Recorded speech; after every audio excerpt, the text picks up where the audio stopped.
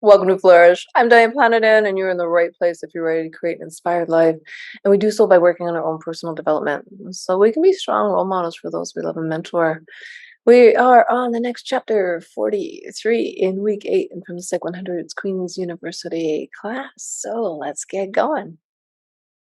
Emerging adulthood. Emerging adulthood has been proposed as a new life stage between adolescent and young adulthood, lasting roughly from ages 18 to 25. The 5 features make emerging adulthood distinctive: identity explorations, instability, self focus, feeling in between adolescence and adulthood, and a sense of broad possibilities for the future. Emerging adulthood is found mainly in industrialized countries where most young people obtain territory education, and median ages for entering marriage and parenthood are around 30. There are variations in emerging adulthood within industrialized countries.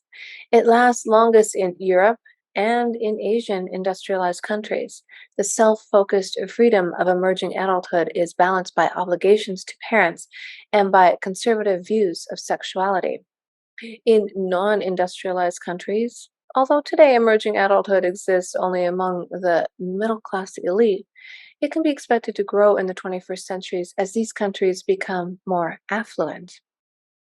The learning objectives to keep in the back of your mind as you listen to this or watch on YouTube and read along are to explain where, when, and why a new life stage of emerging adulthood appeared over the past half century.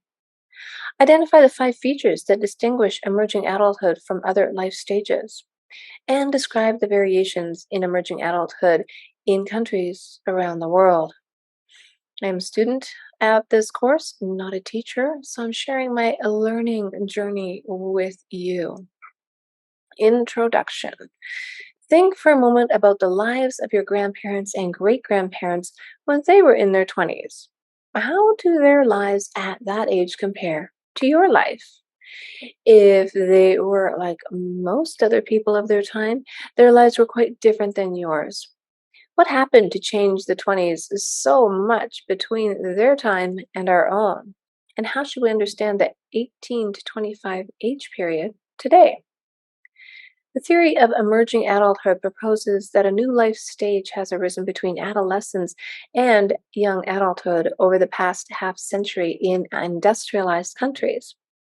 50 years ago, most young people in these countries had entered stable adult roles in love and work by their late teens or early 20s.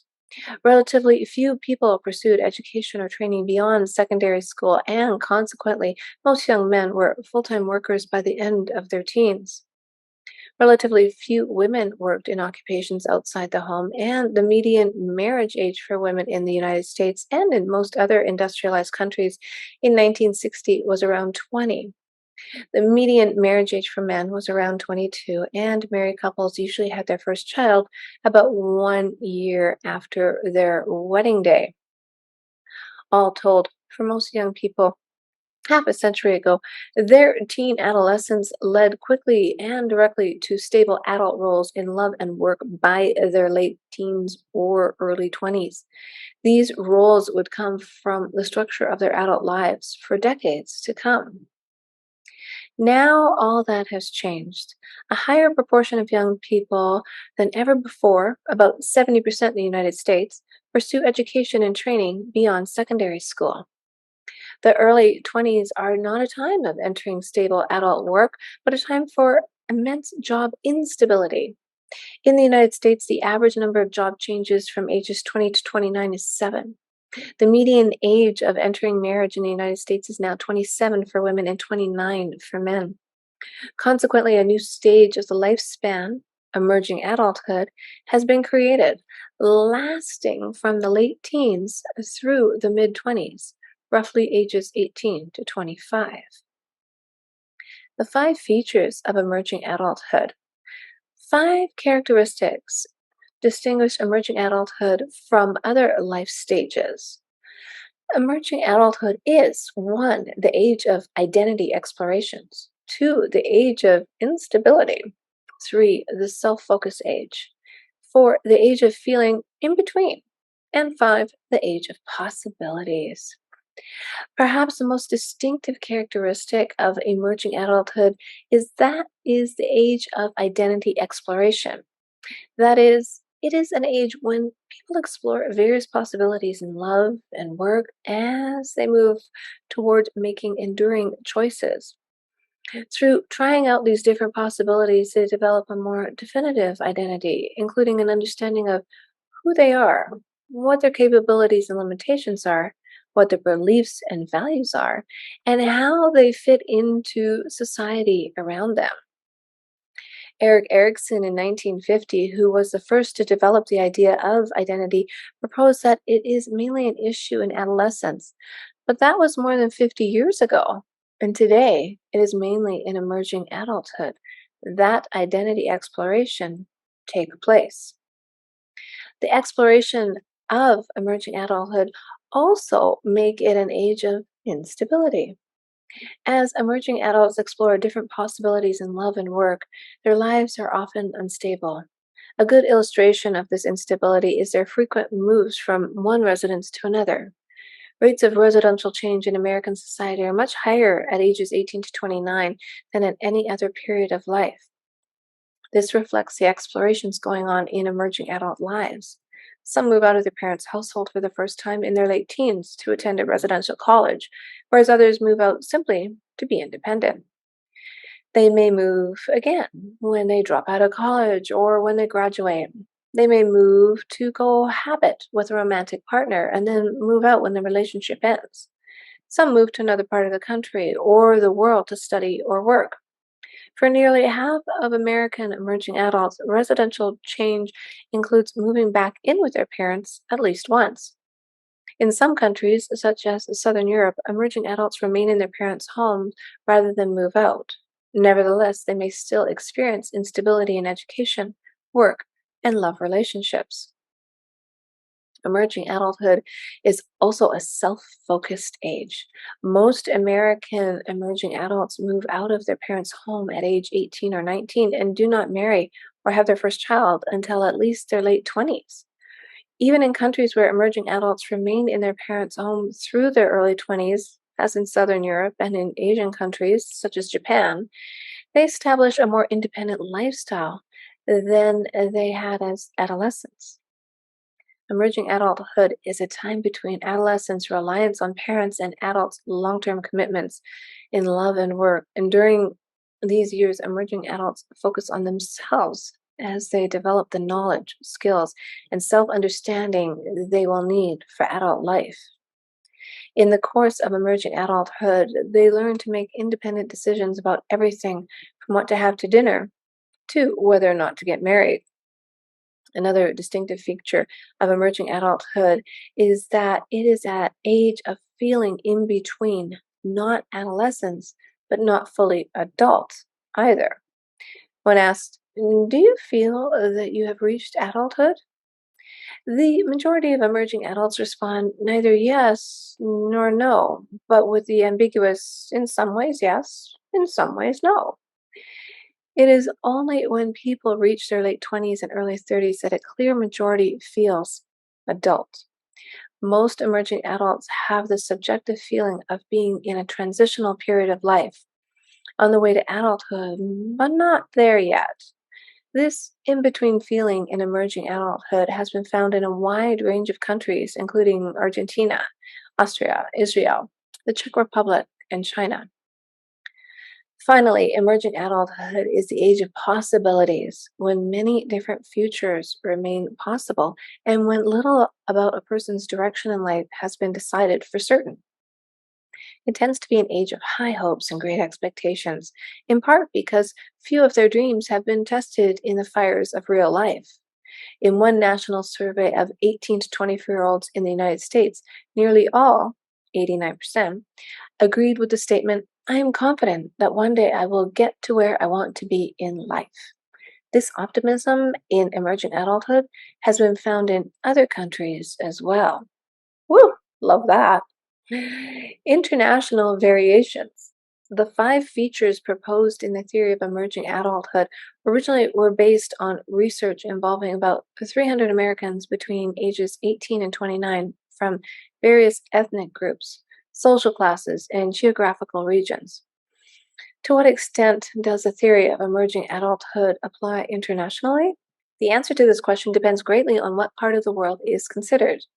Demographers make a useful distinction between the non industrialized countries that comprise the majority of the world's population and the industrialized countries that are part of the Organization for Economic Cooperation and Development, including the United States, Canada, Western Europe, Japan, South Korea, Australia, and New Zealand. The current population of OECD countries, also called industrialized countries, is 1.2 billion, about 18% of the total world population. The rest of the human population resides in non industrialized countries, which have much lower median incomes, much lower median education attainment, and much higher incidence of illness, disease, and early death. Let us consider emerging adulthood in OECD countries first, then in non industrialized countries. The advantages of affluence. The same demographic changes as described above for the United States have taken place in other industrialized countries as well.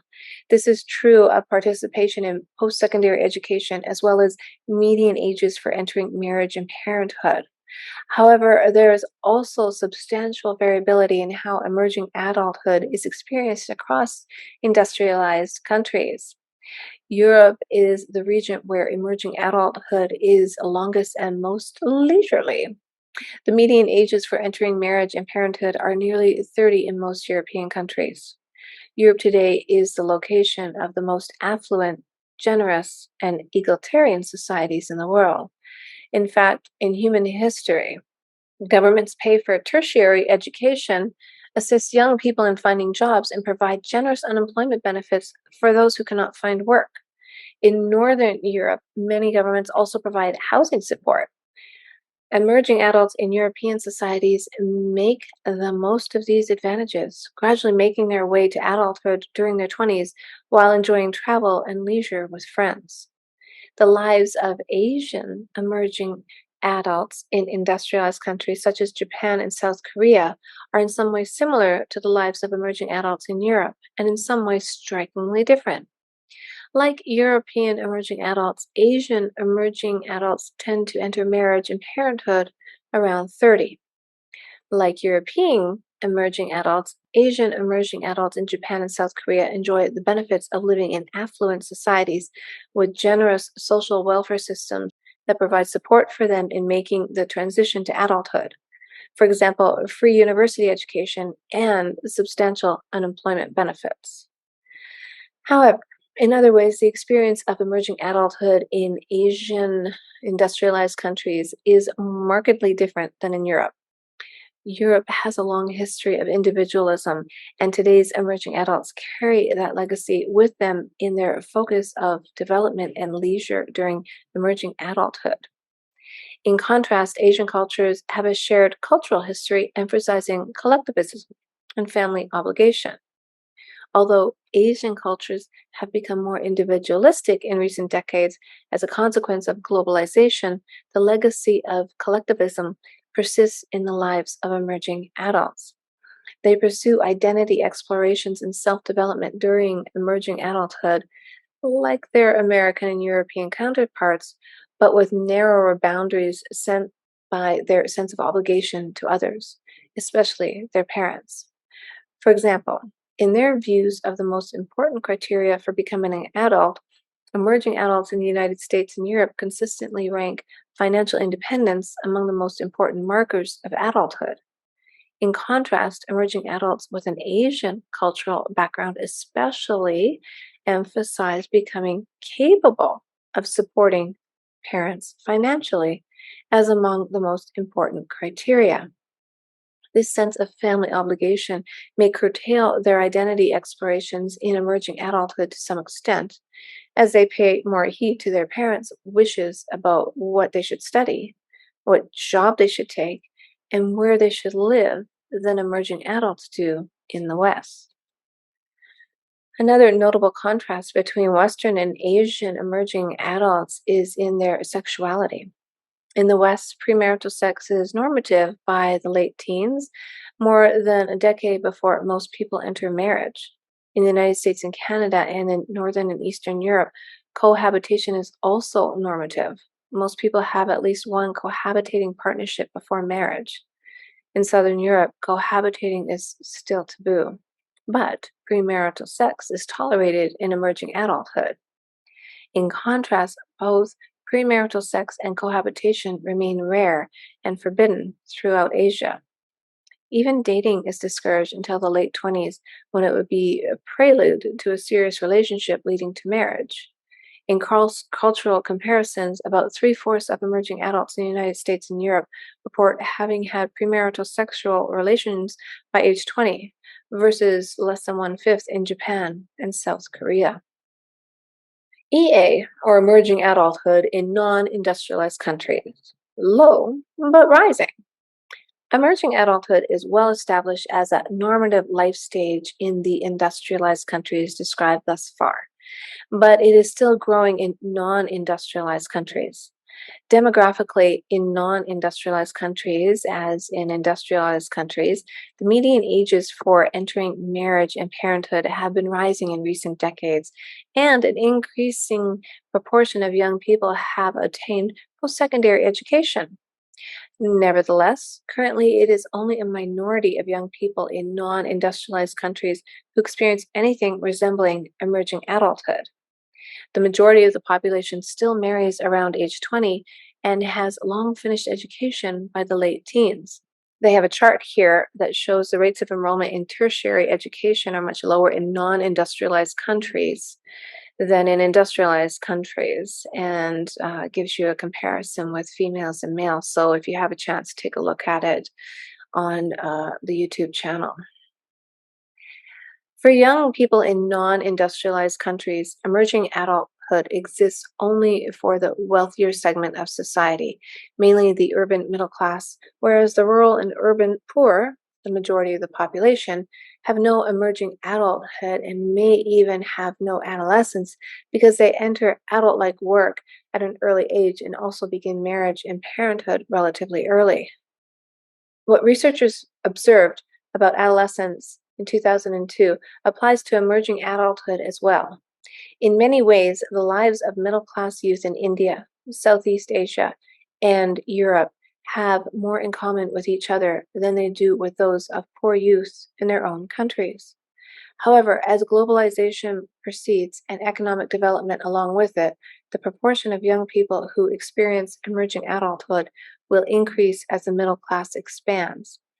By the end of the 21st century, emerging adulthood is likely to be normative worldwide.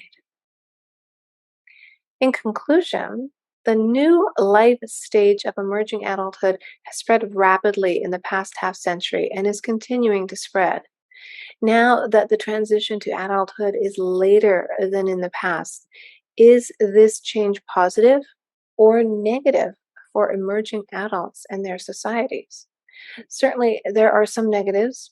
It means that young people are dependent on their parents for longer than in the past, and they take longer to become fully contributing members of their societies. A substantial proportion of them have trouble sorting through the opportunities available to them and struggle with anxiety and depression, even though most are optimistic. However, there are advantages to having this new life stage as well. By waiting until at least their late 20s to take on the full range of adult responsibilities, emerging adults are able to focus on obtaining enough education and training to prepare themselves for the demands of today's information and technology based economy.